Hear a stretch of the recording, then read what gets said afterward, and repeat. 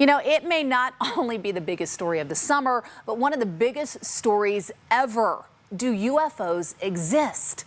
And while Hollywood has been fascinated with the subject for decades now, in Washington, it's mostly been ignored. That's until now. Joe St. George with a look at the major report due in the coming weeks and how it just might change everything.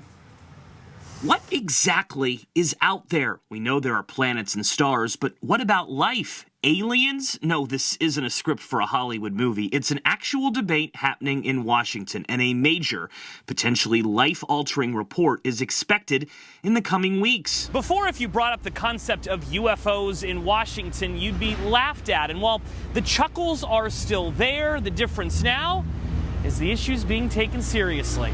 Mainly because last August, the Pentagon sent out this press release with the title Establishment of Unidentified Aerial Phenomena Task Force. It's a mouthful, but in short, it means the military is taking the potential threat of UFOs so seriously, it launched a team of investigators to figure it out. Intelligence officials have slowly been bringing this issue to the forefront. Last year, the Department of Defense released these videos from naval aviators. At the time, the Pentagon said they had no explanation for those little flying objects you see on screen. They are quite eyebrow-raising.